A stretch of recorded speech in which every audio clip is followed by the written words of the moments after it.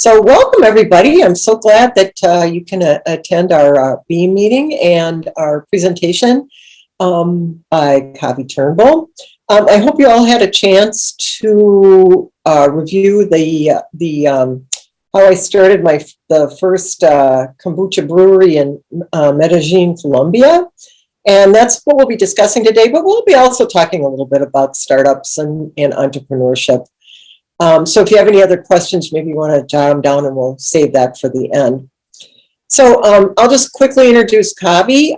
Kavi, probably you all know him from some of your marketing and business classes.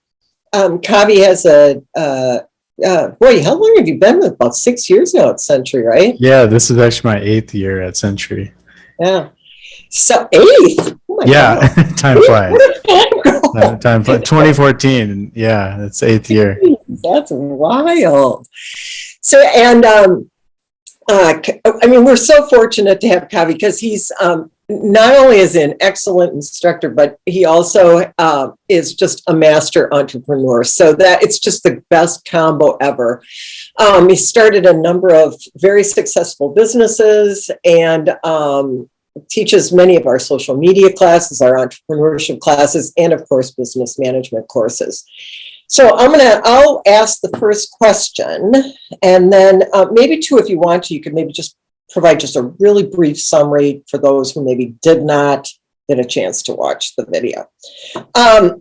But as a reminder, if you go into the YouTube channel and subscribe, then you'll have access to all those videos. And if you're interested in entrepreneurship, they're really great because they're short and really some very valuable topics, such as financing a business. So that was the first thing, if you're interested in entrepreneurship. So maybe you could just tell us a little bit about the video and then maybe how they can subscribe to that if they haven't already done that. Yeah. So in that video, if you didn't get a chance to watch it, what I'm doing is telling the story of how I started the first kombucha brewery in Medellin, Colombia. And actually, we're not open as a brewery anymore either. So it's kind of an interesting story of how to start a business and be flexible, basically, and pivoting as a business owner. And COVID is why. We can talk about it more in depth later. But in the video, I just talk about how I got the idea, how I started it, and then what ended up happening. And so, yeah, this session today, we can talk about anything you have questions about for entrepreneurship, funding a business, or whatever. I have a variety of different experiences running a pet food company, online company that hosts evidence for police that I started called iCrimeFighter, and then the kombucha business. So I can answer a wide variety of questions as well. And I see Ziamara put the link in the chat. So if you have not yet gone to that YouTube channel, you can go in and subscribe to those videos if you want. So the other question was, what lesson did Kavi learn after working in several startups? Anybody have any questions, or was there any aha moments while watching the video? Or just what lesson did he learn? I can answer the question. You said that the more passionate you are about the service or product, that selling it will be easier and like more fun. And I actually had a question about that. Yeah. How do you know like you're passionate enough to like make it a business? Because sometimes I think like when you take your passions and try to like put it into work, it sometimes almost like ruins it. So I was just wondering how you know like whether you're passionate enough to make it into a business and be successful with it. That's a good question. That's a really good question. Well, okay, first, as entrepreneurs, we tend to be wildly over optimistic. And so there's a rule of thumb. Everything is going to take twice as long and cost twice as much money as you think. And when I started iCrimeFighter, there's another video about that. I am not passionate about policing or about any of that things. I just ran into a good idea, and the story of how I did that is in the video. And I wasn't passionate about that idea. I am not good at selling things to police officers. I figured that out. But actually, the company became successful. And the reason why is I was able to recruit and build a team of people who filled in the gaps where I wasn't good at. I'm passionate about solving problems, and that's where that kind of worked out. I can see some of your point with, so example, the pet food company that I bought, grew, and sold called Golden Acres. It was a raw pet food company. And so you're dealing with raw meat. And so sometimes people would order 50 pounds of chicken hearts they came in chunks of 50 pounds. And then I would have to cut them up into 5-pound packages for people, partially thawing out chicken hearts and putting them into 5-pound packages. It's not really a fun job. And so your passion kind of it's like, that's not the cute puppy that I'm feeding. It's now I'm dealing with bloody chicken hearts and re-putting them into my own bags and then selling them. Yeah, the passion maybe does get lost a little bit there. But for me, on the flip side of that is it's so rewarding to be building something that in the end is yours or partially yours in some of the cases of the companies I have, that it's worth it for me. And so there are definitely moments where you're like, why am I doing this? But in the end, in the long run, it ends up being worth it, I think. So how do you know? Well, that also comes down to the business idea. I would not jump into every type of business, even though you look at my history and like, what is this guy doing? He seems to get into every type of business out there. I'll give you an example. I eat a ton of food. I like eating, but I don't want to open a restaurant. And because I look at that and I'm just like, none of my passion follows around here. Even though I love eating good food, I'm not going to open a restaurant because I don't want to. So there are some times where even me are like, I'm not going to do it. So I think I had some good advice when I was running the pet food company. From a guy who actually is invested in over 25 companies. And I had him come to lunch, look at the books, look at how he's running the company. And he was helping me evaluate the company. And I was like, yeah, I'm a little tired of running this thing. I'm thinking of selling it. And he was like, what is the number one thing you don't like doing? And my answer was driving that truck. And there's a video on my LinkedIn, and there's a big F450 or 550 that I owned. It was this giant truck. And in Minnesota winters, driving that thing around with 8,000 pounds of pet food in the back and pumping the brakes was like frightening for me because my other car was a Prius. I'm not a commercial truck driver. And he was like, all right, what you do is you contract couriers, and the couriers will deliver to the end houses. And then you just up the price, make the customers pay more. He's like, your customers will pay more for this and they'll like it more. And he was right that we did it. I stopped delivering in that thing and we would just package at the place in White Bear Lake. The customers would get the food couriered to their house and they would get text messages when the courier left, when they dropped the box on their door. It was way better than I could have ever done. And yes, they had to pay more money for the delivery, but when you're paying $200 a month for dog food, $10 more for delivery really didn't matter. Lai had a question in the chat. It's like, how did you find people to join your team, and how did you convince people to be a part of it? Yeah, are we talking which? Can this must be have been iCrimeFighter, because I think he posted that. Yeah. Oh, right, because I was talking about the team saved it. Well, the team, it wasn't okay. So there's a video I made. The number one thing investors look at, it's not the idea. Everyone thinks it's the idea. Ideas are a dime a dozen. It's the team. The team will make or break a company. A great team can take a mediocre idea and make it a success, where a bad team can take an amazing idea and drive it into the ground. At iCrimeFighter, what saved us with the team was basically on the technology front. I had a friend who was starting his own company, and it was a diabetes management software, and the company failed.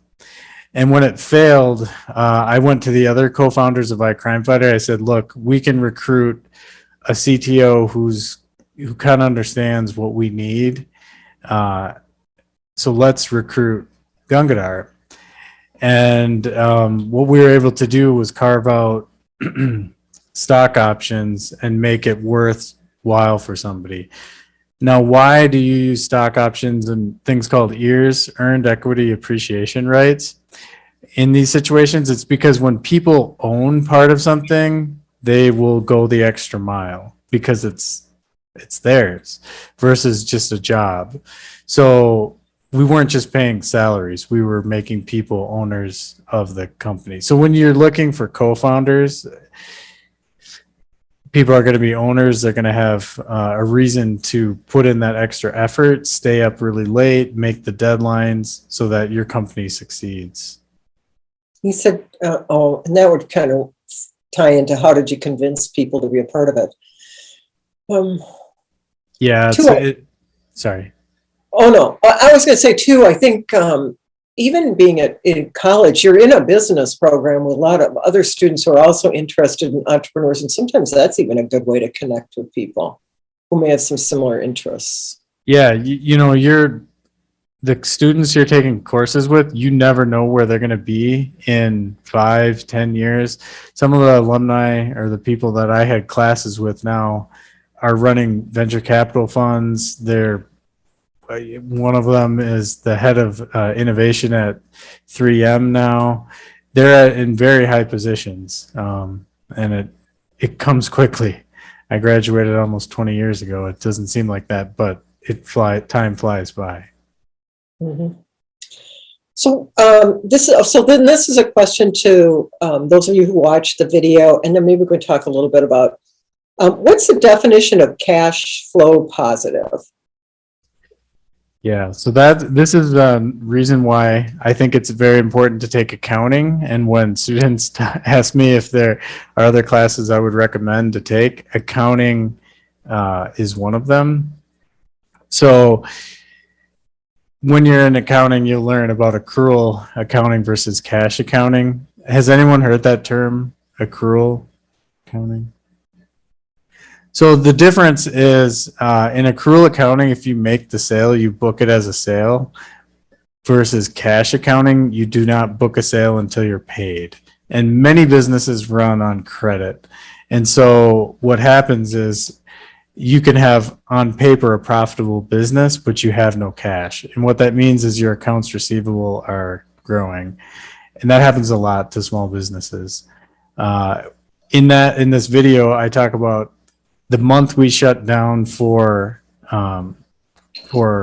COVID, we were cash flow positive, meaning in that month, cash coming in was more than cash going out. So we were not going negative, which most businesses in the beginning, you are going to be burning cash. You are not going to be making money. And so I have a video where you calculate your time to cliff, which means how many months of runway, how many months can you operate that business until you're dead.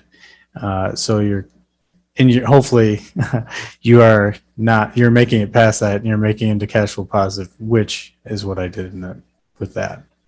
Mm-hmm. Right, because it's all those unforeseen things too. That's one quality, I guess, having worked with you for a number of years, that I would say you definitely have, is this ability to pivot. Because I've seen that time and time and time again, where you don't get flustered, or you just pivot. So whether it's a refrigerator box that's been unplugged, or or bird flu, or a pandemic, you were able to pivot. Yeah, you just never know what's going to happen. Lynn's referring to Downtown Dogs. Is the largest dog daycare company in Minnesota. They have 200 dogs a day. I had a huge freezer in their front room where my food was being delivered, and then people would pick up their orders. They sold the company, got a new owner, And the new owner, for some reason, he was being really cheap, decided to unplug the freezer without looking inside of it. Well, it had raw meat in it, and he unplugged it for weeks. And you can only imagine what happened. It was a complete disaster of a bunch of maggots and other things that you wouldn't want. And so I had to get rid of this freezer in the middle of the largest dog daycare in Minnesota on a moment's notice because he was not happy when he figured that out. But he was the guy who unplugged it, so. I would have been crying. So this is, once again, this is for the audience. What's your biggest takeaway after watching how I started the first kombucha brewery in Medellin? What was your biggest takeaway, or what questions do you have? And you can put those in the chat if you don't want to. My takeaway was be prepared to pivot. Like he said, when the pandemic came, that was not perceivable. So for him to be able to even still, that the pandemic is not over, he still have a kombucha company. Oh, yeah. Because he came up with a solution to a problem, and always look for solutions before giving up, because it might be one out there. Some you have to give up and some you don't. Right. Good point. Boy, and didn't we see a lot of, especially small businesses, do that over the pandemic? You know, really able to do that quite quickly, like restaurants and. Yeah, and you didn't get one of those. I'm not sure if I heard that on one of your other videos, but you didn't get any of those P loans during the pandemic. No. Yeah, that's a good point too. Right. No, I'm the king of pivoting. If you, the company I started out of my MBA was called Drive Alternatives, and we were an electric vehicle software company for, our main contract was with Ford, and we were developing some apps for car charging and finding stations and stuff like that. And we only really had one client. And when we lost our client, basically I pivoted the company. We had people knew that we were making apps, and this was early on, 2009 in Minneapolis, and there weren't a ton of app developers. And so they would ask me, hey, Kavi, do you develop apps for other people? And I'd be like, no, but I can give you some advice. And then when we lost our client, the people who were asking, hey, do you develop apps for other people? I was like, yeah, we develop apps for other people because I need to make money and I have employees. So I started making apps for other people. And we made a racing app. We made a bass fishing app. We probably made like 5 different apps. And that's how I met the police officers who were like, yeah, you know, we're out and we're collecting evidence at the scene, and the digital camera in the trunk of the car doesn't have batteries, or it doesn't have the SD card. So all the officers are just using their iPhones now, and it's totally not to like legal spec or whatever, but that's what they're doing. So we want you to make us an app to do it. I was like, really? Why isn't this a thing? And so we looked in the market and there was nothing, and we made a cheap version that just kept it on the phone and people were using it. And so then we made one that would upload to the cloud. And that's when, I mean, it took forever. This company was started in 2011 and it's 2022 now. The company has 300 some police agencies and district attorneys using the software. But for the years that I was CEO of it, it was tough going in the beginning. And now it's, you know, into the millions of dollars and a great company. But that goes to the fact of like, there is no overnight success. Everything takes forever. How long did it take Walmart to get to $1 million in sales? In annual sales, it's something like 15 or 20 years. It's a long time. Formula 451, or what's the cleaning formula?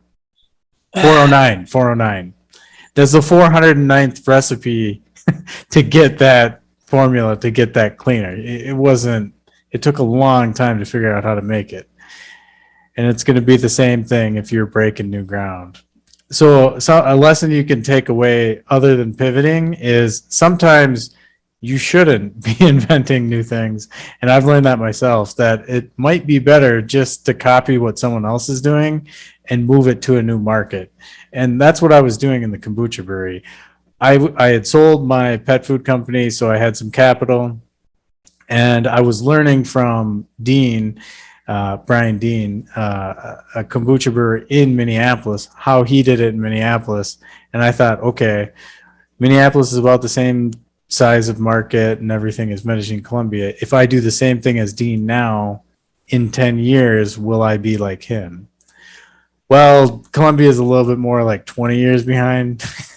So it's going to take me a little bit longer than I first thought. But hey, that's the way entrepreneurship is. So. Yeah. Well, and that's another really good point too, is to look for those kind of niche markets. Because I know you said that once too with the pet food. At that time, there really wasn't a lot of raw. Anybody I knew who wanted raw was making their own. And, now you do see it out in the marketplace, but at the time there wasn't. And that wasn't really something that the big players were going to do. I remember you saying that. Yeah, because it's not worth their time. So you have to look at when you're analyzing a business, you want to look at how big that market is. So if you're trying to get big investors involved, they're going to have to get 10 to 20 times their money back someday. These are people who are wanting stock, like the venture capitalists. So like in iCrimeFighter. So you look at the opportunity and you say, okay, there are 800,000 police officers in the US. If half of them happen to be using iCrimeFighter, paying $30 a month, how much revenue could you get? That's a ton of money. Okay, so there's a very big opportunity here. Now, in the Minneapolis pet food market, there are, I don't remember my numbers from the business plan, but I had how many dogs and cats? It's actually kind of a lot. There's like 400,000 dogs and cats or something like that in Minneapolis. Raw is a very odd thing. Not very many people feed raw. So like 1 or 2% of the market feeds raw, but it had a high category growth. So it was growing at 13% per year. How many people do you need to sell pet food to sell $1 million a year just in the Minnesota-Minneapolis market? It actually wasn't that many because my average order was $200. And you don't feed your pet once, you feed your pet every single day. So that $200 is a monthly recurring number. So if you have 500 people ordering from you $200 a month for the entire year, you have sold $1 million. 500 orders, is that crazy? No, not really. So that's how I go through sizing the market for a business like that. However, 2% of the whole market, does Purina care about that? No, because it's too small for them to waste their time. So there's niches in the market of where if you go into something too big, you might have like really heavy competition of someone who's funded like 3M or whatever with a lot of money. And if you go too small, you just will kill yourself trying to make money. So you have to look at the market size. So anybody else have any, before I move on to the next question, anybody else have any other big takeaways after watching or any other questions? Kombucha company or any of the other businesses? Was it in this video where I talk about margins? Does anyone remember what I said about margins? What is a margin? So margin is when you're looking at the price you're selling a good at and then how much it costs to make it. And I see a lot of entrepreneurs maybe getting too excited about revenue in the beginning and not focused on margin. So what that means is if you're not paying attention to your margin, you do not know how much money you're going to be making. And if you're selling something with a really high cost of goods sold, you have to sell a lot of it to make money. And where that comes into play sometimes with students and talking about internet stuff and is drop shipping. So drop shipping is a popular thing where you're taking orders in online and then you're paying someone else to fulfill that order. However, sometimes you're selling it with such a small margin, meaning if you sold something for $100, you have to pay someone $90 to fulfill that order. You only have $10 of margin there. So you're doing a lot of work for $10 potentially.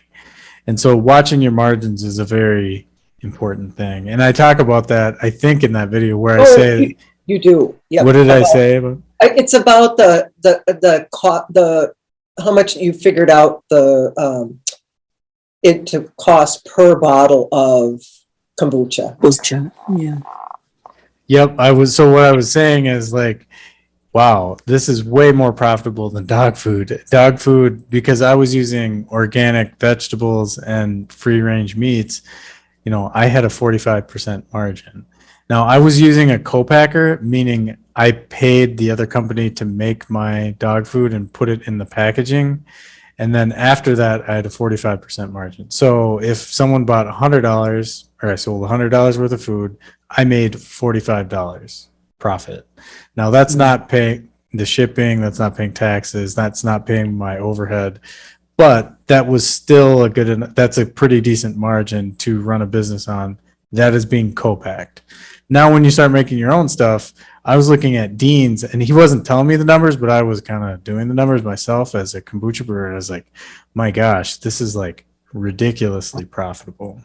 And so that's where I was like, this would be good because you don't have to, the higher the margin is, the easier it is to be a success, to not have to run a super crazy good organization and figure everything. If you have a really high margin, you can kind of get going, figure it out, and be profitable. And so I've learned that no one's forcing you into picking your business idea. So you have the freedom of choosing. And so it's easier to choose something that you can have a success with, like that. And so that's what I learned with the kombucha. Now, I didn't learn how to predict pandemics. And so that is where you need to be flexible. And we all need to be flexible as entrepreneurs. Yeah. The one story that sticks out to me for the pandemic was I live in Minneapolis, kind of the city of Minneapolis, and there's a tiny little store like on 38th they sell some Minnesota gifts and some fabric and some yarn and some notions. It's a tiny little store, privately owned little tiny little store. So the pandemic hits and you're like, because they rely on foot traffic. And what she did was she has a bunch of cotton fabric, moved it all online so you could really see it. And she was catering to all the people making masks during the beginning of the pandemic. And you could pick it up there and she managed her business survived just by doing that quick pivot. And she recognized she had really some kind of funky, cute fabrics and a bunch of people were making masks and that's who she was catering to. Or they were at home making crafts and things like that. So, yeah. Oh, that's smart. That's smart pivot. Yeah. Any other questions? I'm going to keep bugging you. I have a question. Oh, there we go. Yay! If you had made or created a business and you were doing well, why would you not hire a management team to take over and still make profit rather than sell it?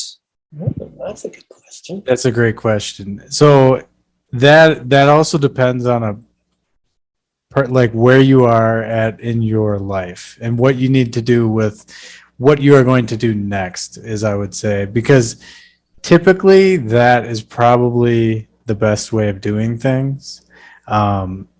But if you are going to use if you want an infusion of capital to do something next, it might make sense to sell. So when you sell a business, you are taxed on capital gains. It's the same way when you sell a house in the US.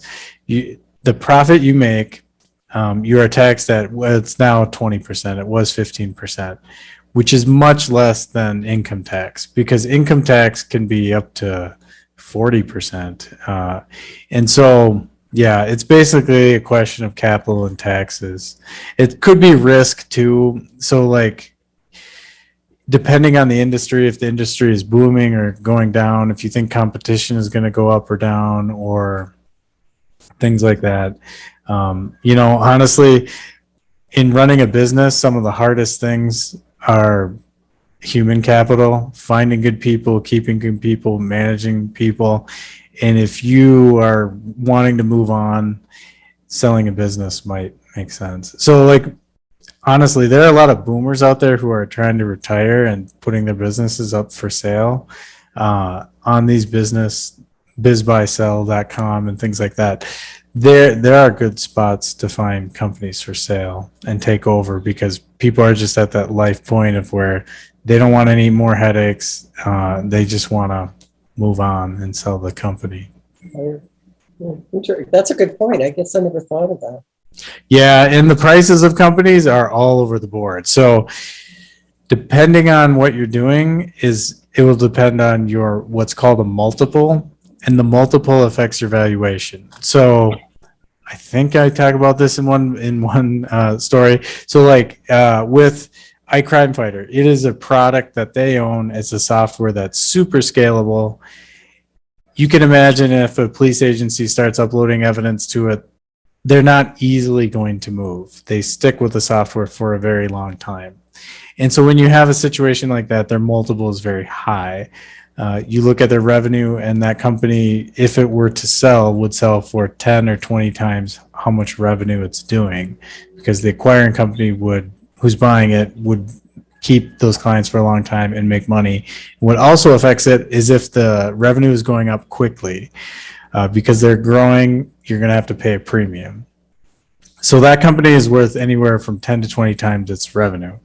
Now, if you look at, let's just say, I'm going to pick the very lowest multiple, an auto repair shop. An auto repair shop is the opposite of a cloud hosting company. Now, why might that be? When you go to an auto repair shop, what are you most leery of?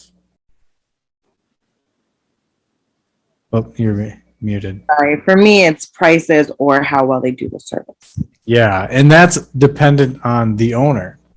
So that owner could be unscrupulous and trying to get as much money out of your pocket and lying. And the problem is, if we don't know a lot about car repair, that person could just tell us wildly incorrect stories and take us for a lot of money, which is what happens a lot in that industry, or did happen. Yeah.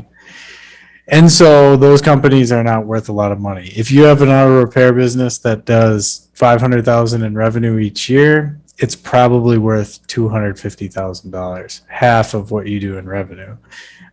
So like businesses that are based on the owner, or based on the reliability of some, like the trustworthiness of the owner, things like that, or they don't have any proprietary software or goods, service-based businesses, they just have a much, much lower multiple, which isn't necessarily a bad thing either. For an entrepreneur looking to get into something, that means they could probably buy a company that has a decent amount of revenue for pretty cheap and take it over. So that's actually a great way of getting into business. And to be honest, running a service business is mostly, I would say it's easier, because the cash coming in is immediate. And so there's not that waiting period. There's not that period of timing to cliff and boom, if you're buying a service-based business. What other entrepreneurial topics would you like to see Kavi produce a tutorial about? Or what other entrepreneurship topics are you interested in? Well, I haven't explored your channel. Sorry, I don't know. Go ahead, Clea. You got it. Okay. Sorry. I haven't fully explored your channel, but I would think it would be cool to hear your tips on starting a company in a foreign country, because you kind of talked briefly in the video about the police incident, and I think there's definitely a little bit challenges with that. So I'd love to see that. Absolutely. That's a great idea. That is a really good topic. And Clea? I always read about entrepreneurs, and they always say, try to keep your eggs in different baskets to be successful. I think that would be really interesting to hear more about. Yeah, that's a great topic. I can definitely do that. I've seen on YouTube the YouTubers who are like famous and have big channels. They like to talk about having 8 income streams and 9 income streams, stuff like that. And I definitely am that way. Every serial entrepreneur that I know, we all kind of, I don't know, it's just the way we're wired to do a bunch of random different things and have real estate investments, start 2 companies at one time.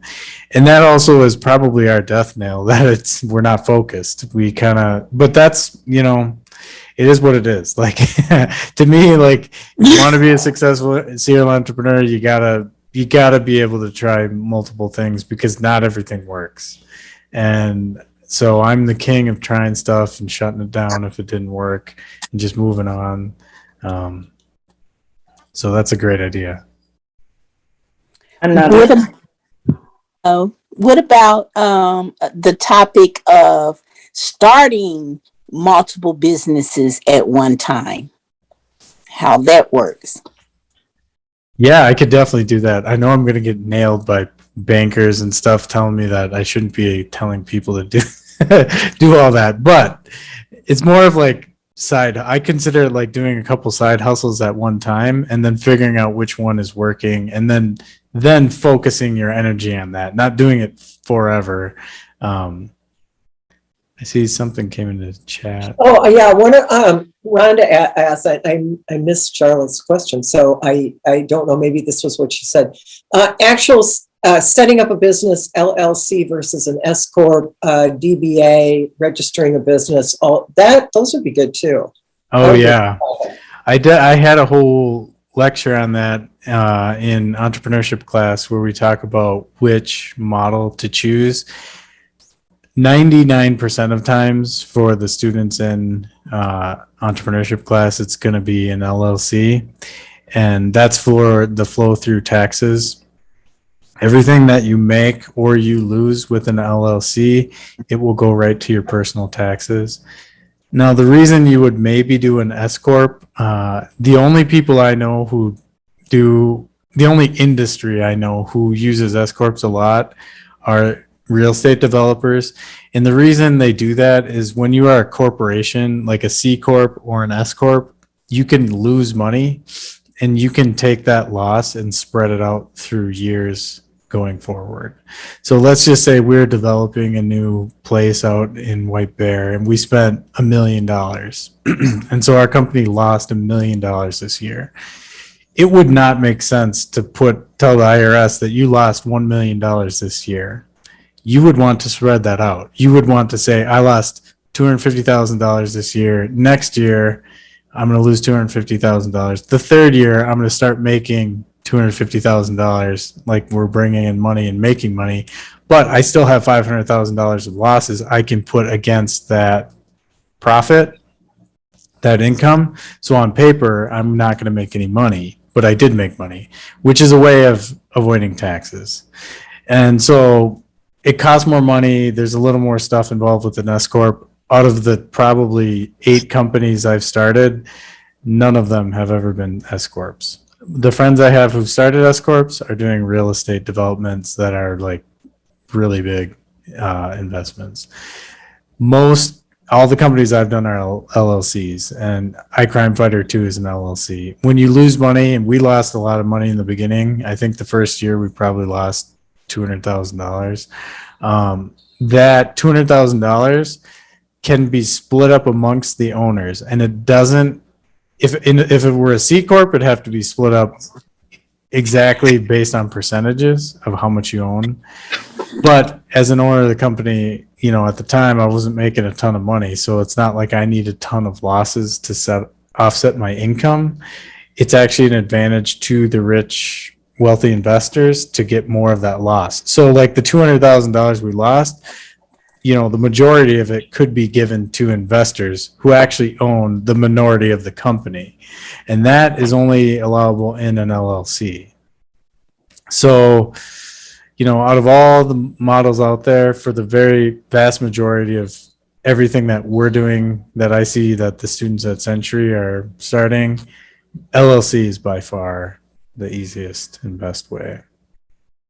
But there are certain cases. So I don't want to say, I don't want to advise everybody to an LLC because there are a few cases where it might make sense to be something else. And Florence asked, can you talk about how to access finances as an entrepreneur? I think you have a video on this too, don't you? Yeah, I have a series, a startup capital series of like 8 videos, and we go through 8 different types of financing for entrepreneurs. And I kind of tell you what makes sense for each type. So like investors, it does not make sense for many types of businesses to have an investor. It only makes sense if you're going to sell the business one day because that investor has to get their money back. Unless the investor is like an active partner that's like working with you or something like that, or a family member, that's different. I'm talking about like unknown to you investors coming in, like Shark Tank type stuff. Because the only way the sharks get their money back is the day that you sell the company, and then they want their money back. The vast majority of entrepreneurs are going to access something like crowdfunding on Kickstarter if they're launching a product, which is basically pre-selling, going to loans from banks, lines of credit, their own savings, things like that. But yeah, I have a whole series of videos. You can check those out on YouTube. Or take entrepreneurship class. We go through all of that in the class. Good. Any other questions or suggestions? Any just overall questions? Anybody who's on the fence of starting a business, you know what, do it. You can start something now while you're in college and it doesn't have to be your dream business. Just start something small, even if it's a side hustle doing some other, even driving an Uber is technically starting your own business. You're independent, something like that, to start learning. Because when you drive Uber, you have to file taxes on it, showing how much money you made, how much expenses in your car. Just that small experience, if you did it for 1 month, will teach you how to run a business for the future and give you experience. So when you do want to start something, and I would say, in entrepreneurship class, you can start your own Shopify site. You get a 6 months free Shopify subscription. And most of the businesses I have started, well, not most, the pet food company was all Shopify based. The companies I consult with and help them sell things online, they're almost always based on Shopify. It's the #1 platform out there. It's a great tool to use to build a business online if you're going to build a store. And so, I don't know, get started playing with online tools like that while you're young. So when you graduate, you have kind of a basis of knowledge. The other thing I would add too is if you're interested in a specific type of business, another good thing is just to go work for that business, a similar business. Because you'll learn a lot about, especially if it's a small business, you'll learn a lot about that. And whether or not, like, for example, a restaurant, if you really have a passion for that, do you really want to, do that as your business potentially someday? So it's a good way to learn. Absolutely. And mentors, I have a video on getting mentors. Getting a mentor while you're in college is a great thing. And that doesn't have to be for entrepreneurship. That can just be for your career path of what you're looking for. And there's always folks who want to give back, and meeting with them once a month. And while I was at the University of Minnesota, they have a program where they partner you with people who are in the career field that you want. And then you have monthly meetups. And that's where I kind of got exposed to seeing behind the scenes of what it was like to be an entrepreneur. And my mentor, his name's Greg. Greg, to this day, we're friends, and his company has grown a ton. In the meantime, he's bought and sold other businesses. But it's amazing what happens is how much advice and a lifetime of career help you will get by having a mentor. Mm-hmm. Yeah, I'll tell this to students all the time. I mean, looking back on my career, most of the job opportunities that I, just kind of popped up, including the position I have right now, it was because of a mentor who contacted me and said, hey, you should think about applying, or this position is open. So those could be really, really valuable, super valuable relationships. Just a side note of what you said, do we have a mentor program at Century College? Oh, Oh, that's amazing. I don't think we do. I think the foundation was trying to start something, or maybe the foundation, if we do, it's through the foundation. I think it's in my intro to business course, we have like a, what is your parachute kind of project where you're asking people for informational interviews. What I tell the students, or I did tell them in the past when they were presenting, if it went well when they interviewed the person, try and ask them if they want to be their mentor, if they felt like it clicked. And so what they were doing was reaching out to 3 people who have jobs. That was their only criteria. Do they have it? And interview that person about their job and see, like, would you maybe want to do it someday? And, that class is a big course. So we'd have 40 people giving presentations about 3 different jobs. You'd learn about anything from an airline pilot to a chef.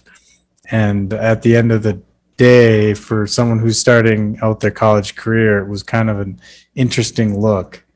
But you'd be surprised at how many people got like internship offers or something like that. And the reason why is because the students were asking to interview them, so the people felt like, oh, these people want to know about my business or what I do, or they're interested. And it's in the US, it's hard to get employees right now. So if you have someone inbound coming like that, it's a really good sign. Okay. Yeah, and I think we always think of this as a very formal process. Sometimes it can be just very organic, where you form a relationship with someone and then suddenly they are somewhat of a mentor, and you don't realize it till a while later, And actually, a lot of my mentors were also colleagues that I had worked with who, you switch a job and then all of a sudden you're kind of keeping in touch and they know your work history and, and kind of bring you back into a position. A good tip of just don't burn bridges. Yeah. Don't burn. In your career, it's amazing. If you're a good worker, you do a good job, you're fair and are nice to people, how amazing things will grow. But if you burn bridges and are not nice, I don't really know. Oh, it makes it harder. At least in the Midwest, that's not going to get you very far. Yeah, makes it a lot harder. Florence asks, can we start a micro business without registration? You can. The only thing is you're not going to be able to get your own bank account at a bank, and you also don't get the protection. The protection of owning a limited liability corporation or something like that is like, that can be, it's a separate entity than yourself. So the business can go defunct and then not impact yourself. Now that doesn't mean if you sign a loan, if you go out and take out a loan, you're going to have to sign a personal guarantee. And personal guarantee means if, Golden Acres, I always was signing those. If Golden Acres causes a bunch of damage or goes out of business, I personally, Kavi Turnbull, have to respond and pay for those damages. But you don't get that when you're just running your own sole proprietorship.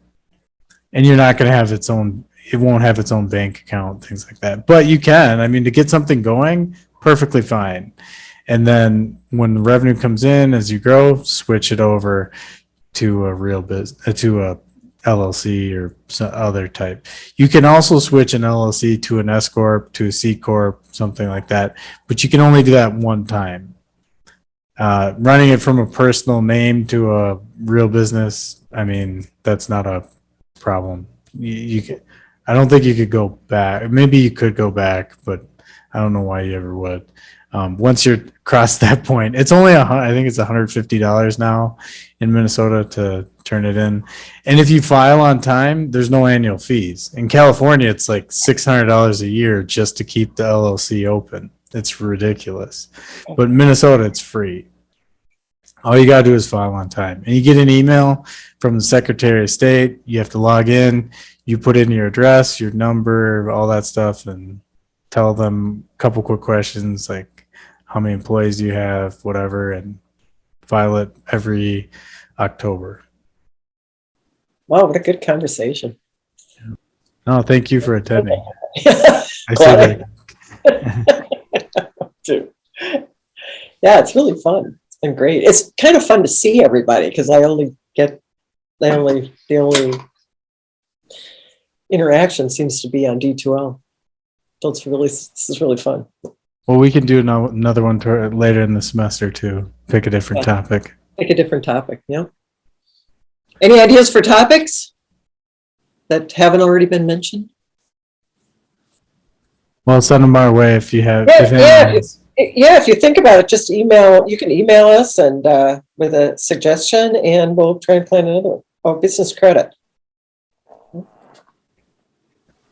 With finance. It's interesting because we did a survey a few years ago about entrepreneurship and students' interest, because we could see we had students that actually were starting businesses. So it's like, oh, gee, maybe we can, accommodate, some of the things that they were trying to learn. And so we did a survey, and finance was the top of, where do I get financing? That's always the big question. How to have your business establish credit to buy cars, property, etc. Okay. Cool. We can definitely do something on that. Yeah, and that's why I do those 8 videos of the Startup Capital series of showing where the money and all that makes sense. And just as a quick response to that business credit, they usually want to see 1 or 2 years history. So as soon as I had 2 years history running Golden Acres and they could see how much money I was bringing in each month, all I had to do was sign one form, and I had a $50,000 line of credit for that business in place. And then in a year later, it automatically increased to $100,000, and I didn't even have to. Well, I think I signed one more time, but I didn't have to pressure them or anything. They just asked me, "Do you want this increased?" It's like, sure, because I was responsibly using it. I never did anything crazy yet.